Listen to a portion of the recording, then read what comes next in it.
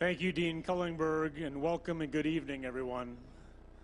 On behalf of the University of California, I extend my hearty congratulations to the class of 2010 and to your families and to your friends. I offer 2 points for your consideration this evening. First, if I may, on this marvelous day of celebration, ask you for but one more thing before you leave. And I ask this also, with all due respect, of those who have gathered here tonight. You see, I am deeply worried about California's moral compass when it comes to education. Graduates, you and your families have felt the brunt of California losing its way during your time at UCR. And so have your professors and university staff been negatively affected. This loss of direction began well before the current economic contraction, but make no mistake, today's economy has exacerbated the impact.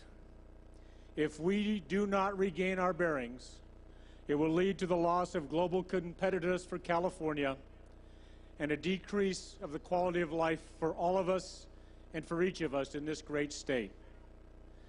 So as you leave after today's ceremony, I ask that you take one of these postcards, which are being handed out, and send it to Sacramento. Just that. Legislators, pay more attention to your voice than to mine, to your note than to my lengthy reports. This postcard gives you a turnkey way of influencing the future, of giving back to those who will come after you.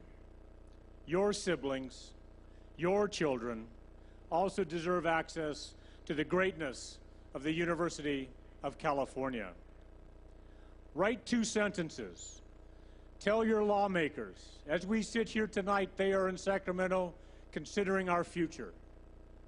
Tell them about your education and what it means to you and means to this state and to this country. Just 2 minutes. Just 2 sentences. Just 28 cents to put it in the mail. My many thanks. Now let me close with my second point for your consideration. You have a choice of what lies ahead. You can bow before the global forces that batter the communities of our world and wait out the storm, or alternatively, you can be one who transforms the world the way you wish it to be for yourself and for all our children. You know, on a day not unlike today, some years ago, a man stood before a crowd of graduates just as yourselves. He was a man besieged by enemies, a man whose work and whose dreams people sought to block at every turn, a man who saw clearly that science and technology had dwarfed distance and made the world a neighborhood, a man who in a time of war and strife such as we witness today sought to make a global brotherhood. This was a man of little wealth who sought to wipe poverty from the face of the earth. And this was a man who grieved that we directed much of our national resource in conflict rather than in furthering international understanding. He could have been speaking here today. But Martin Luther King Jr. was speaking 46 years ago in Massachusetts at Springfield College. You know, police were crawling all over campus. The FBI were standing in the wings. And a couple of days before giving the commencement speech, he was arrested in Jacksonville, Florida, because he had the audacity to sit down at a white diner and ask for lunch.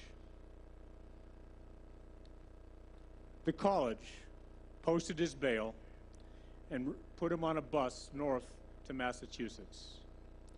The night before the commencement, in the residence of Springfield College's president, Glenn Olds, one trustee tore up a $1 million check because President Olds refused to disinvite the civil rights activist.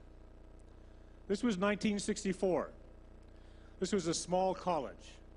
A $1 million gift was real money, and the largest gift ever to that institution. The public and the private pressures, to say the least, were immense. But President Olds, who is the father of the founding dean of the School of Medicine at the University of California, Riverside, Dr. Richard Olds, stood firm. He stood on principle, he stood on moral character, and he created his legacy.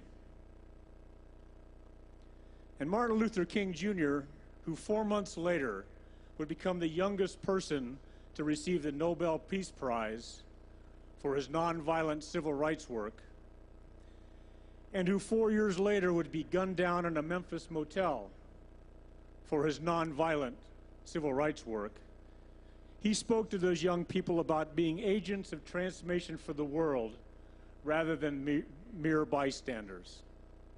This man, whose life was continually threatened, talked not of fearing death, but rather the imperative of being involved participants, not detached spectators. This is the core of his message then, and it is the core of mine this evening. MLK urged his student graduates not to despair in the face of the difficulties ahead, rather to give back and give effort beyond self to help others and thus make this world better. That is it. That is the core message. Thank you and Godspeed.